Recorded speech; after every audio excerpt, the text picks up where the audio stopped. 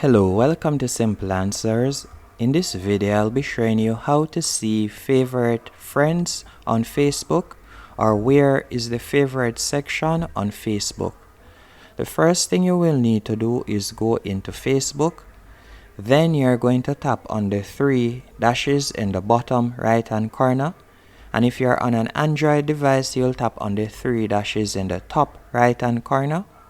Next, you're going to tap on Feeds. After you have selected Feeds, you are going to tap on Favorites in the top left hand corner.